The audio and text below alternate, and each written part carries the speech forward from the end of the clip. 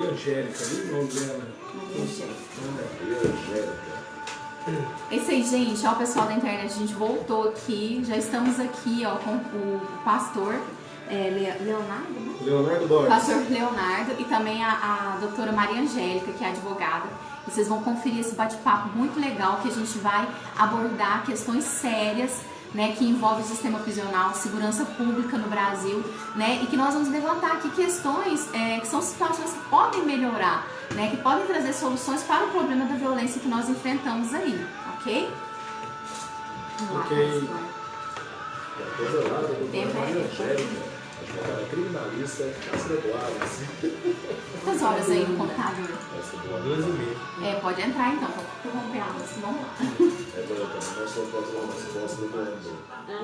É isso aí, voltamos com o nosso programa Jornada Feliz e agora a gente volta com aquele momento mais esperado no programa, a hora do bate-papo. E hoje o assunto é muito sério e o Pierre vai participar aqui comigo hoje. Gente, nós sabemos, querido ouvinte, que a situação da criminalidade no Brasil, ela é realmente um problema muito grave, né? A falta de segurança, a violência, isso tem assombrado a população brasileira. Mas o que pode ser feito com relação a essa situação para que ela venha a mudar? Qual será que é a raiz do problema? Será que existe algo, né, que possa trazer mudança, que possa ser feito para que essa realidade ela venha a mudar? E a igreja, será que ela pode ter um papel importante no processo de restauração da paz na sociedade, gente? Bom, para responder essa pergunta, nós já estamos aqui nos nossos estúdios, né, com o pastor Leonardo, né, que ele vai estar falando aqui conosco. Ele é pastor do Ministério Sal da Terra e ele também é vice-presidente do Conselho de Comunidade e ele também dirige um trabalho social, Livros para Recomeçar, que é um trabalho que ele desenvolve com detentos das penitenciárias, né, pastor? E assim, ele também é bacharel em Direito, gente. E também está aqui conosco uma outra convidada muito especial e o Pierre vai falar um pouquinho mais sobre ela. É isso aí, Liliane. Aqui ao meu lado se encontra a doutora Maria Angélica, advogada criminalista, pós-graduanda, olha só, cara, interessante, pós-graduanda em Ciências Penais e Segurança Pública. Ela é coordenadora, Liliane, de um trabalho que é desenvolvido com familiares de pessoas privadas de liberdade e é presidente da APAC, né, Associação de Proteção e Assistência aos Condenados. Bom, vamos começar aqui então falando para eles explicarem para a gente o que seria a APAC, né? Como que funciona, pastor Leonardo? Vamos dirigir a doutora Maria Angélica. Doutora Maria Angélica, o que seria a APAC hoje? Qual o trabalho dela? Bom, a APAC ela é um modelo de cumprimento de pena, né? Ela, no momento, ela está em implantação aqui na comarca, porque ela já desenvolvia um trabalho alguns anos atrás e por um entendimento da federação que cuida das APACs no Brasil, foi suspenso o trabalho para remodelar nos moldes da APAC. A APAC, ela nasce lá na década de 70 por um homem, um advogado chamado Dr. Mário Ottoboni, que ele teve uma visão de Deus, né, do papel da ressocialização, de trabalhar esses homens aí dentro de alguns princípios, inclusive da espiritualidade. E ela vem sendo desenvolvida ao longo aí desses anos, a partir de 1972. E ela trabalha num modelo diferente do modelo convencional. Então, ela trabalha dentro desses 12 princípios, de modo a usar o trabalho, o estudo e a espiritualidade para reinserir o homem no contexto social. Então, nós fomos nomeados recentemente pelo juiz da Vara de Execuções da Comarca de Uberlândia. Eu estou à frente do trabalho com o pastor Leonardo na vice-presidência e nós estamos aí com uma obra que já está 80% concluída para receber 204 homens a princípio para trabalhar dentro da metodologia APAC. Então nós estamos retomando esse trabalho para em breve colocar ele em prática o mais rápido possível, porque dentro do método condicional, no método tradicional, nós temos aí um índice de reincidência na casa de 85%. Esse percentual ele é o contrário dentro da metodologia APAC. Nós temos aí um índice de menos de 15% de reincidência. Então a gente está muito animado com esse recomeço da APAC em Uberlândia. Nós nos dispusemos aí a tomar frente desse trabalho para que em breve a gente possa ter um modelo diferenciado aí de ressocialização. Gente, assim, só para vocês entenderem, né, existe hoje um modelo convencional que funciona na maioria das penitenciárias brasileiras. E esse modelo da APAC, né, assim, é porque pelo rádio não tem como a gente mostrar a foto, mas eu acompanhei uma apresentação da doutora Maria Angélica, como também do pastor Leonardo, e é impressionante, porque assim, as condições das cadeias hoje, elas são muito precárias, né? E assim, você olha, você vê, é impossível realmente uma pessoa ela sair de lá com uma perspectiva de se tornar, de repente, um ser humano melhor. Então, assim, eles trabalham, né, na questão de estabelecer uma profissionalização, de capacitar a pessoa para que ela saia ali daquela situação, né, e venha ter condições de ter a sua renda, de ter um emprego e não voltar para o mundo do tráfico. Mas para nós entrarmos mais dentro dessa área, vamos com os dados então. Eu estou aqui com um estudo, né, que foi feito pelo Procurador da Justiça do Ministério Público do Estado da Bahia, professor de Direito Processual Penal da Universidade de Salvador, Unifax, professor Rômulo de Andrade Moreira, que ele fala sobre a realidade do sistema prisional no Brasil, né? E foi divulgado isso no portal Justificando. Então, ele colheu ao longo do ano o trabalho que foi feito por membros do Ministério Público na visita às cadeias do Brasil, e aí ele elaborou esse estudo. Então, nesse estudo que foi divulgado, olha só o que mostra. Os dados mostram que a taxa de ocupação dos presídios brasileiros hoje é de 175%, considerando o total de 1.456 estabelecimentos penais no país. Para você entender, o número total seria 100%. Então, se está em 175%, é porque passou da lotação máxima, né? Quase 100%, né? Isso. No norte, na região norte, por exemplo, os presídios recebem quase 3 vezes mais do que podem suportar. O levantamento também traz informações sobre os serviços prestados aos presos. Na região Nordeste, por exemplo, mais da metade, 58,75% dos estabelecimentos não dispõe de assistência médica. Por sua vez, em relação à assistência educacional, 44,64% das unidades brasileiras não oferecem educação aos internos, então assim, quase a metade. O Brasil, ele é o terceiro país com mais presos no mundo. Isso é sério, gente. É o terceiro país com mais presos no mundo, né? Então, assim, é uma população que tem que ser visto realmente, assim, ter um olhar mais atento das autoridades, do governo, para ver o que pode se melhorar. Porque nós vamos falar hoje aqui da raiz do problema da violência, né, gente? E, assim, de acordo com esse levantamento ainda, a população carcerária no ano de 2015, só um minuto, Pierre, ela foi de 698.618. E esse dado mostra, né, que nos anos 90, por exemplo, era uma população de 90 mil. Então, assim, é algo que a gente tem que analisar o que está acontecendo ao longo dos anos no Brasil, que ao invés de melhorar, a gente está tendo cada vez mais pessoas que estão partindo para a criminalidade, né? Só para jogar um pouco mais de pimenta nesse tempero aí, nós não somos a terceira maior população do mundo, né? Com certeza não, temos países muito mais populosos que a gente. Então, sermos a terceira maior população carcerária do mundo, isso quer dizer que alguma coisa está falhando aí no sistema penal brasileiro, alguma coisa não está de acordo. Então, assim, a gente tem realmente mesmo que avaliar, né? Inclusive, eu vi uma piadinha de muito mau gosto aí, que falaram assim, mas se na cela tem 180 pessoas, cabe 40. Se tem 180 pessoas, é porque cabe 180. E vamos colocar mais gente. Né? Piadinha de muito mau gosto aí que a gente andou vendo por aí, que na verdade não ajuda em nada nessa discussão. Né? Então, vamos falar aqui com o Dr. Leonardo. Olha só, Dr. Leonardo, essa pesquisa mostra, né, que, por exemplo, com relação à assistência educacional, 44,64% das unidades brasileiras não oferecem educação aos internos. Você desenvolve esse projeto Livres para Recomeçar, né? E assim, nós podemos dizer que a educação, ela seria um caminho para estar levando essas pessoas a melhorarem, a voltar a ter uma vida normal na sociedade? Primeiro, boa tarde.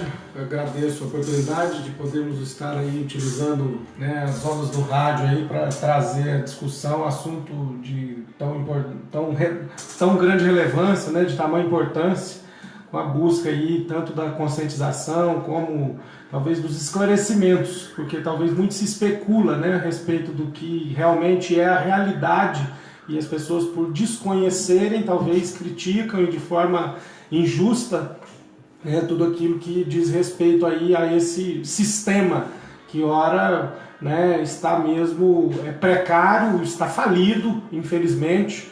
Mas, bom, respondendo aí a sua pergunta com relação à educação ser, né, uma porta de entrada, lógico que há outras situações, há outros fatores, né, que precisam ser conjugados, portanto, a profissionalização, a capacitação profissional, né, a oportunidade de emprego para esses que, depois de terem cumprido, né, as suas penas, possam se reintegrar e, assim, buscarem por uma vida digna, enfim, de sustento para a sua família.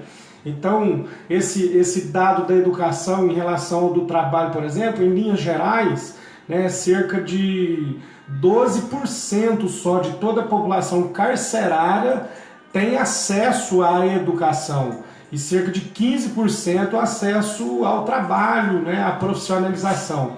Então, a exemplo da unidade socioeducativa de Uberlândia, o CZUB, né, que realiza um ótimo trabalho nessa área. A escola, na unidade, ela está sob jurisdição da Delegacia de Ensino Regional, por sua vez ligada diretamente ao Estado, né, tem muitos bons resultados, jovens lá que foram aprovados no Enem, enfim, que fizeram um bom uso, né, da oportunidade. Então, sem dúvida nenhuma, a educação é indispensável, né, para colaborar, para cooperar, né, seria aí um dente dessa engrenagem que faz rodar aí e poder, então, abrir oportunidades para a ressocialização e a humanização, né, também no cumprimento da pena durante o tempo, lógico, seja lá da reclusão ou da internação, como tem essa diferenciação aí entre o sistema prisional e o socioeducativo. Pastor, e fala aqui para nós um pouquinho sobre esse projeto que o senhor dirige, que é o Livres para Recomeçar. Como que ele funciona? Então, Livres para Recomeçar foi idealizado, né, a partir de experiências vivenciadas junto ao sistema. Nos anos de 2000, iniciamos a partir de uma simples visitação rotineira à unidade com o propósito da evangelização, né, e à medida em que o tempo foi passando, isso foi ganhando consistência, né, e nós começamos a nos relacionar com os órgãos que fazem parte, né, de todo o sistema, aí, digamos assim, tanto da segurança como do prisional, seja o judiciário, né, e outros órgãos, entidades e entidades parceiras também.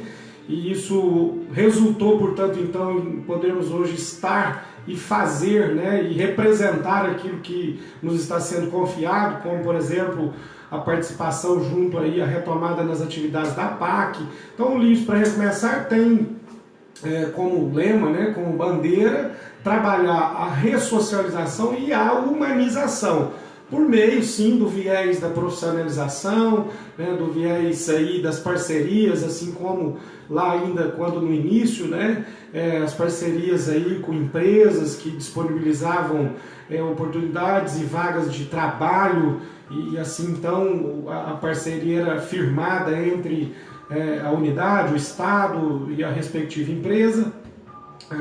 Então, o Livres para Recomeçar aí expandiu as ações com parcerias também com o Ministério Público do Trabalho, né, financiando ações junto à unidade socioeducativa, mais especificamente, que é o CZUB, né, onde estão os menores infratores, através da escola de música, que desde 2013, né, nós operamos com essa ferramenta lá na unidade, e fruto desse trabalho, né, temos podido alcançar ali e proporcionar, né, oportunidade àqueles jovens que, sem dúvida nenhuma, né, à margem daquilo que é o mínimo existencial, né, assim, a Constituição fala da dignidade da pessoa humana, né? Então o nosso esforço é de tentar, né, assim, levar o mínimo aí de dignidade a esses, né, que por hora são esquecidos, né, e por si só vivem à margem aí daquilo que é a sociedade como um todo. É isso aí. Eu quero fazer agora uma pergunta aqui para a doutora Maria Angélica, porque ela é bastante envolvida nesses trabalhos de ressocialização através da PAC.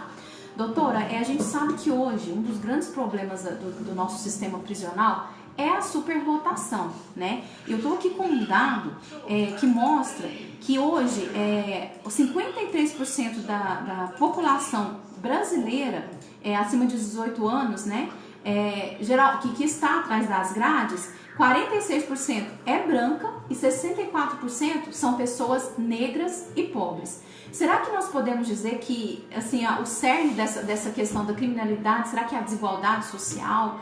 Né? Porque tem pessoas que às vezes apressam, né, o julgamento no sentido de falar aquela pessoa não tinha direito de ter feito isso e realmente, assim, o crime, né, ele realmente não pode ser tolerado. Mas, assim, na experiência de conversar com algumas pessoas, nós percebemos que há toda uma história de vida, muitas vezes, problemática na vida daquela pessoa que está ali. E ela, às vezes, é inserida num sistema prisional que o centro é apenas a carceragem, né, a prisão. Qual seria o principal problema hoje, ao seu ver, né, na convivência que a senhora tem tido, e qual seria o caminho para tentar melhorar essa situação no Brasil? Olha, sem dúvidas, o que a gente percebe da nossa trajetória aí ao longo desses 20 anos de advocacia e do contato com as famílias é que esse maior nível de uma população assim denominada de baixa renda pode ser um fator que facilita a entrada para a criminalidade, é um facilitador, é óbvio. A questão da exclusão social, da falta de oportunidade. Então nós temos aí um baixíssimo nível de escolaridade e tudo isso vai caminhando para que a pessoa veja, às vezes, na conduta criminosa, um facilitador para alcançar aquilo que num trabalho convencional, num trabalho que a gente chama aí de carteira assinada, ela não teria condições. Sim. E a gente procura, o que a gente tem tentado trabalhar nos últimos anos, pastora, é a questão da reorganização do núcleo familiar.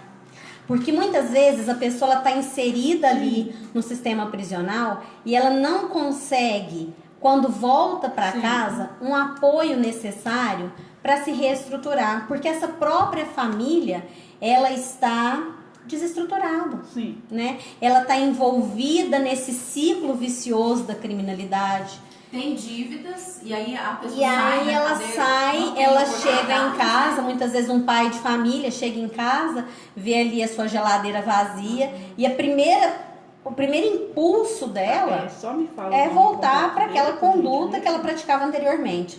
Então, uma coisa que nos chama a atenção, e é nisso que nós temos trabalhado nos últimos anos, até em parceria com o pastor Leonardo, temos também a doutora Kísia, que é uma outra advogada muito atuante, que desenvolve esse trabalho junto com a gente, é chamar a atenção da família para a importância de se reorganizar no período de cumprimento da pena de quem está privado da liberdade. Porque não adianta, essa mudança, ao meu ver, ela não acontece de dentro para fora.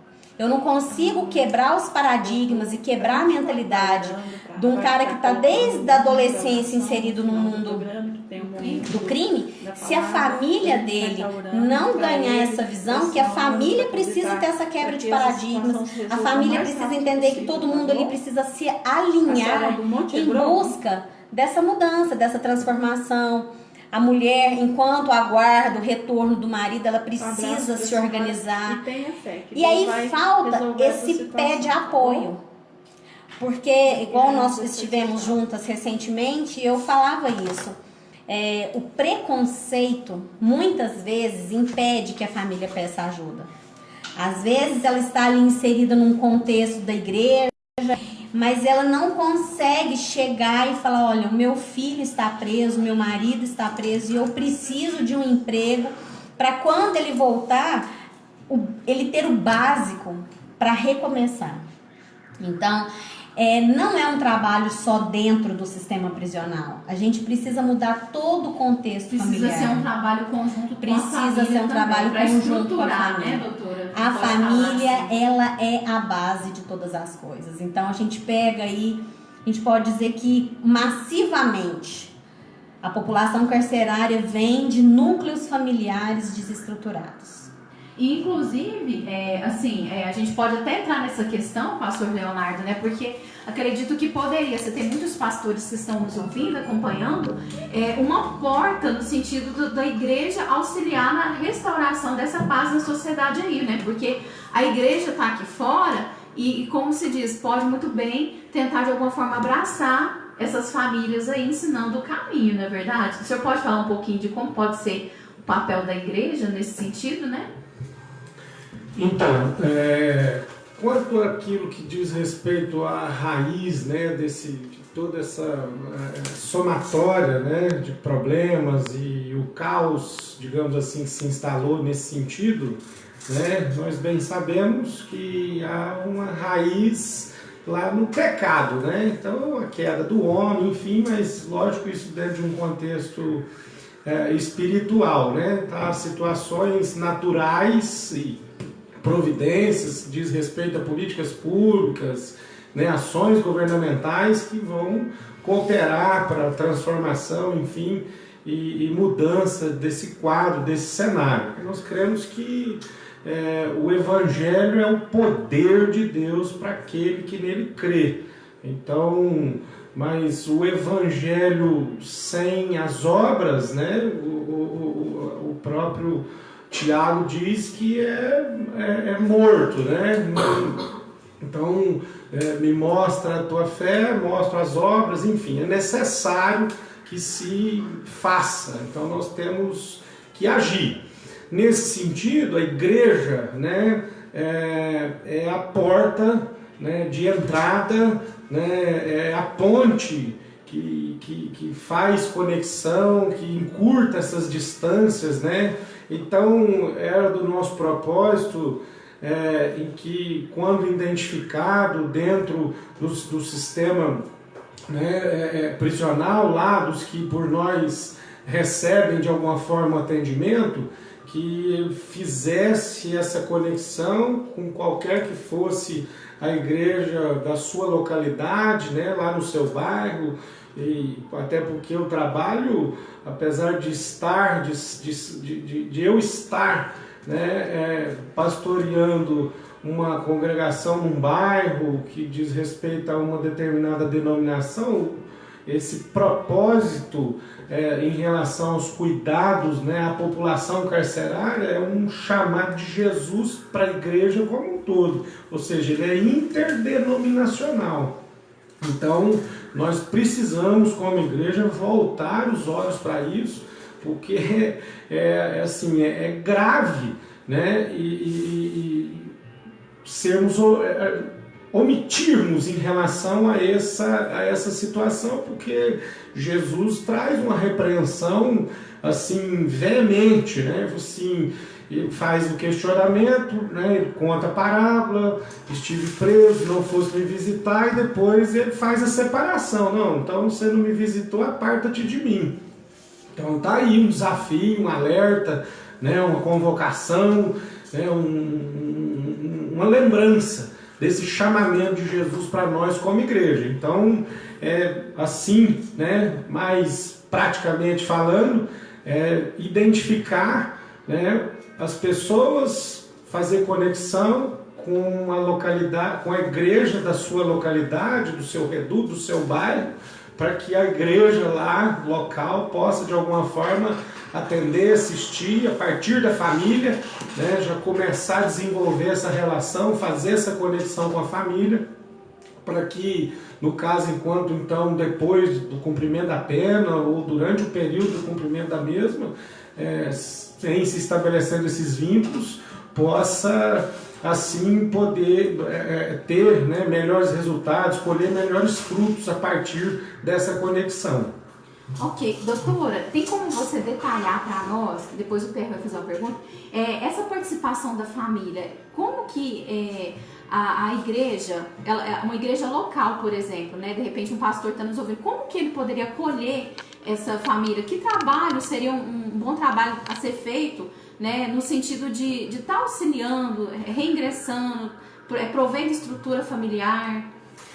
Olha, muitas dessas famílias têm a dificuldade até das oportunidades de emprego. Então, nós temos várias igrejas hoje que desenvolvem projetos sociais, né, de cursos. Então, eu acho que essa ponte pode começar por aí. Criando espaços de convivência para essas mulheres, em que elas possam se profissionalizar, se capacitar, acolhendo as crianças. São inúmeras as crianças que visitam no sistema prisional e os reflexos disso na adolescência e já na vida adulta, a gente percebe que acaba que a criança não conhece ela não conhece uma realidade diferente, então ela acaba se envolvendo ali. Não que seja determinado que porque a criança visitou ela vai estar inserida num contexto aí de criminalidade, mas talvez a criança ela possa ser o vínculo entre a igreja e a família. Então nós estamos aí abertos, né? Nós temos o contato aí com grande parte das famílias. Então, se houver alguma pessoa, algum pastor, alguma igreja que tenha interesse, tanto eu quanto o pastor Leonardo, a gente está à disposição para fazer essa ponte, né? Se houver uma ideia de um projeto, se houver um projeto existente, principalmente nas igrejas ali no entorno do presídio, porque muitas pessoas se mudam para as imediações para facilitar a visitação, a entrega lá dos pertences durante a semana. Então, nós precisamos de suporte, nós precisamos de ajuda, nós precisamos de acolher essas famílias e tanto eu quanto o pastor Leonardo, a gente está disposto aí a ser essa ponte entre as famílias e as igrejas locais. E é urgente porque são várias violações que nós temos dentro do sistema prisional e muitas vezes essas pessoas ficam sem voz. Então, a igreja pode ser a voz para aquele que não tem, né? E pode ser usada também para curar as feridas, com né, certeza, doutora? Porque, assim, é muito triste, né? Eu já acompanhei trabalhos de recuperação de pessoas que estão em situação de vício de drogas, né? Inclusive, eu tenho uma grande amiga que dirige esse trabalho no Missão H, a pastora Sheila. Eu estive com ela lá durante uns 3 dias. E assim, a história das pessoas, né, e alguns que ela recebe são pessoas que já estiveram, inclusive, no sistema prisional, são histórias muito tristes, pessoas assim, que foram muito machucadas pela vida, né, que tiveram um contato grande com a desigualdade social, com a violência, que não sabem amar porque não receberam amor. Então, assim, eu acho que a igreja realmente ela tem um papel importantíssimo nesse sentido.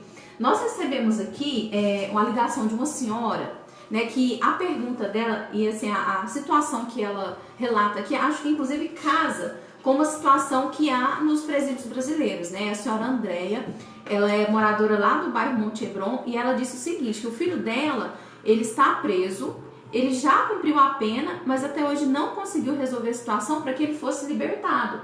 E a gente sabe que existe um índice também sobre isso aí, de pessoas que cumpriram a pena e que continuam presas, né? O que poderia ser feito nesse sentido, doutora, dessa situação específica aqui? Olha, inicialmente, eu oriento que ela procure a Defensoria Pública, se ela não tem um advogado constituído, que provavelmente é o caso. A Defensoria Pública de Uberlândia, principalmente na esfera de execução penal, ela é extremamente atuante, mas às vezes há necessidade da provocação da família, né? Até mesmo porque a gente percebe, a imprensa sempre noticia, nós temos um grande número de presos provisórios que não foram sentenciados, mas muitas vezes ele é um preso provisório naquela situação, mas ele já tem uma condenação anterior que impede que ele seja colocado em liberdade, colocando em palavras assim que ela possa entender.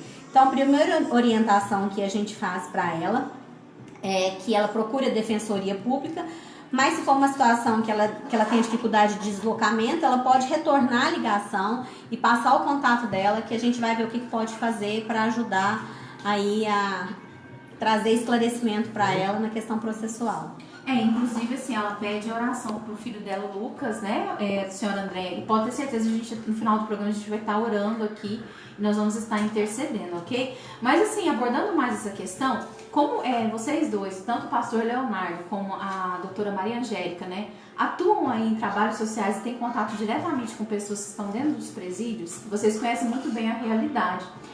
Se a gente tiver, por exemplo, hoje aqui algum político que esteja nos ouvindo, o que pode ser feito no sentido de melhorias em políticas públicas para mudar essa situação carcerária no Brasil como um todo? Bom, eu acho que o desafio é tão grande, né, que ao mesmo tempo a gente fica até limitado ao mesmo tempo aí em definir, né? Mas talvez poderíamos definir assim, momentaneamente, né, o desafio que temos de terminar as obras da APAC em Uberlândia, que já seria um fôlego que nós receberíamos junto a todo o sistema. Só a título de informação, né, o nosso sistema prisional em Uberlândia hoje, entre Presídio Jaci de Assis e Penitenciária Pimenta da Veiga, né, ele abriga coisa em torno aí de quase 4.000 pessoas, né, reclusas. E assim, né, já falamos da superlotação, então temos esse desafio primário, que já seria algo que poderia, sem dúvida, auxiliar para desafogar, né, e talvez inspirar outras iniciativas, né, mas no que diz respeito à legislação, né, há competências diversas, por força de lei muitas coisas poderiam se ordenarem, né? Então, legislar sobre direito penal é competência da União, mas a Secretaria de Defesa Social, que é quem abate o sistema prisional, é de competência do Estado de Minas Gerais. Minas foi recentemente editada uma lei federal que visa parceria de empresas que contratarem com serviço público, destinar vagas de emprego, né, aos que estão cumprindo pena. Discutimos isso recentemente em uma audiência pública na cidade de Uberlândia, para que o município encampe também esta lei, né? Então, são iniciativas, né, assim, ainda muito tímidas, mas que, se levadas a sério, né, podem produzir muitos bons resultados. Pode fazer.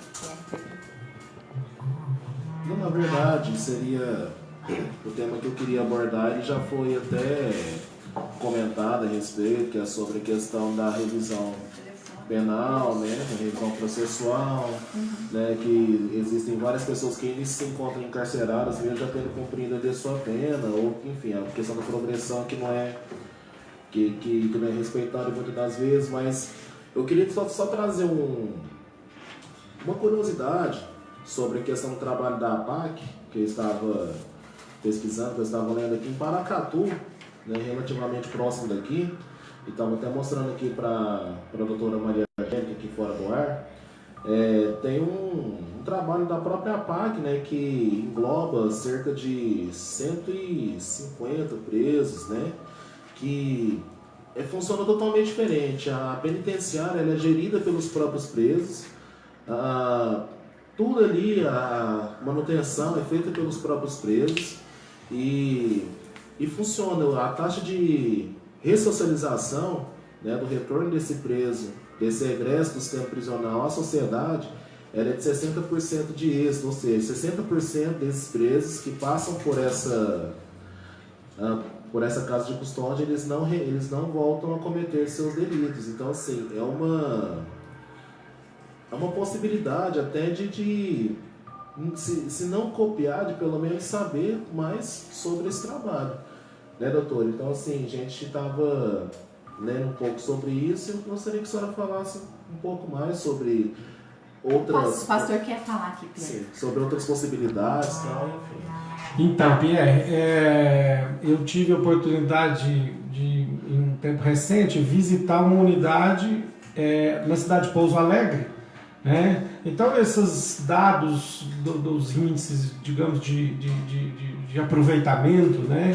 Eles, obviamente, vão variar de cidade e tem o contexto da realidade local, mas a exemplo da unidade lá de Pouso Alegre, o índice de recuperação, portanto, a baixa na reincidência, né?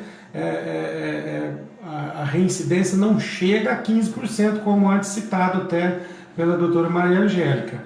E a unidade lá, mais especificamente, mais de 90% dela é autossustentável. Tudo que ela consome, ela mesma produz.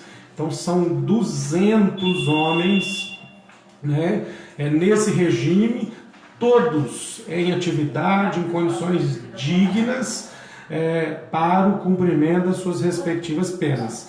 Nesse sentido, eu queria até puxar aqui uma situação, porque talvez, em razão muitas vezes, né, da falta de conhecimento, quando trazemos um assunto dessa natureza para discussão, há controvérsias, né?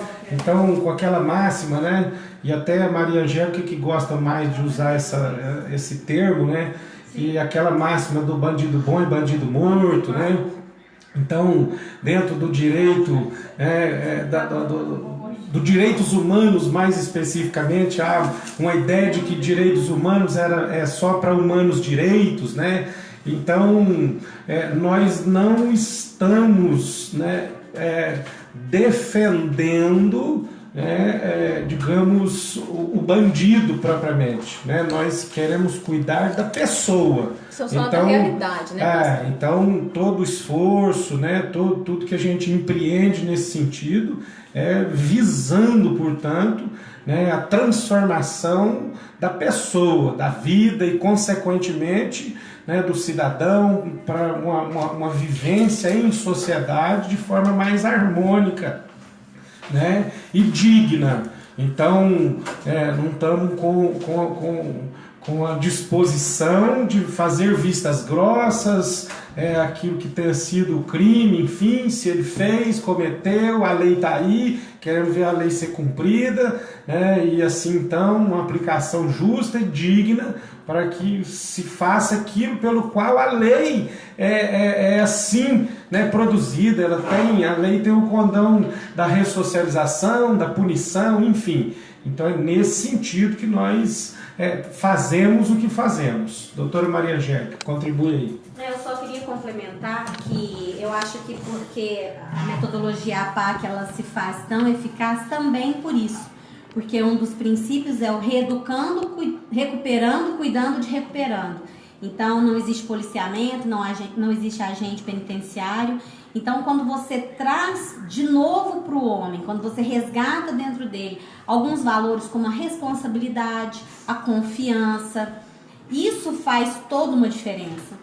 Porque no sistema convencional, talvez o que dificulte é o homem ser tratado como escória, como irrecuperável, né? Até um chamamento que é proibido por lei, mas que é muito utilizado, é chamar a pessoa que está privada de liberdade de ladrão, quando na verdade, pela lei de execução penal, ele tem direito ao chamamento nominal.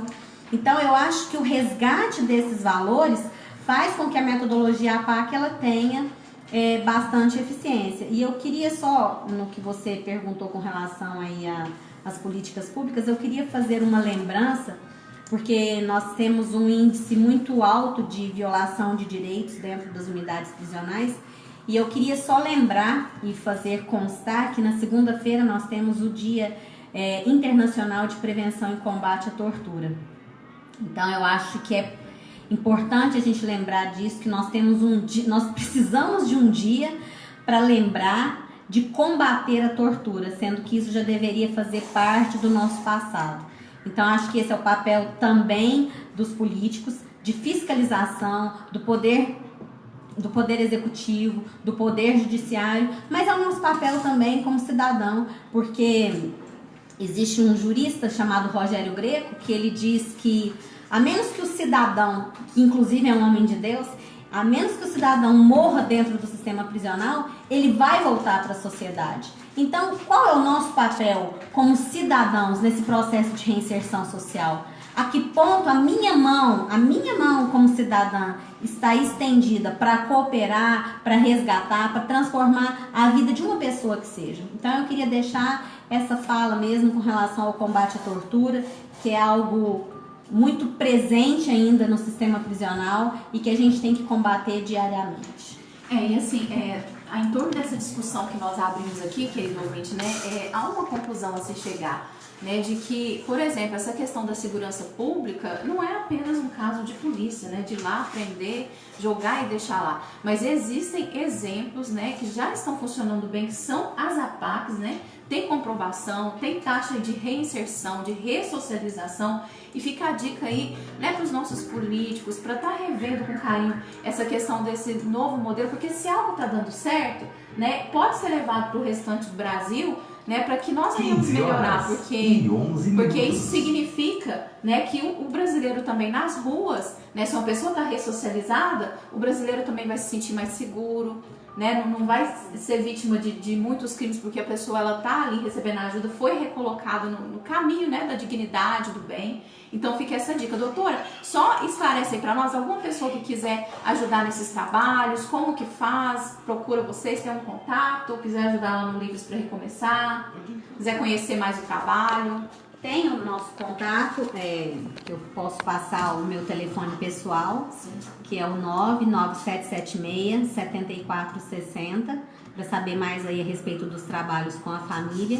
E pode nos procurar através do pastor Leonardo também, na Igreja Sal da Terra Leste, que ele vai deixar aí o Deixa contato. os contatos da igreja, endereço, pastor. Então, a igreja está instalada aqui no bairro Santa Mônica, né? A antiga 27, número 780, mas também quem quiser, preferir tomar nota do telefone, enviar uma mensagem, podemos estabelecer um contato aí, desenvolver alguma coisa e levar algum esclarecimento, talvez se queira fomentar isso aí na sua igreja, né? O trabalho da visitação, da evangelização nas unidades, nós podemos auxiliar e esclarecer algumas coisas nesse sentido. O meu telefone é 99926-4495. Repete, pastor, eu vou repetir. 99926-4495. Então será, lógico, um prazer poder receber a sua mensagem aí e auxiliar em alguma coisa e que talvez, tendo nos ouvido aqui, possa ter acendido uma chama no seu coração aí, para quem sabe fazer parte conosco desse grande desafio, mas tão privilegiado e digno, que é poder ser instrumento nas mãos de Deus aí para auxiliar na transformação do seu semelhante. Ok, eu gostaria de agradecer então aqui a presença da doutora Maria Angélica, né, por ter participado do programa, do pastor Leonardo, e sejam sempre bem-vindos ao programa Jornada Feliz, ok? E você, querido ouvinte, daqui a pouco tem Momento da Palavra, um grande abraço, viu, pro pessoal do bairro Monte Hebron, bairro Canaã, Piquis, a dona André que participou aqui, fez a sua ligação, daqui a pouco a gente vai estar orando pelo seu filho, tá? O Lucas. Então daqui a pouco tem momento da oração e tem momento da palavra. Fique aqui com a gente vai para um breve louvor e a gente já volta com a palavra, ok?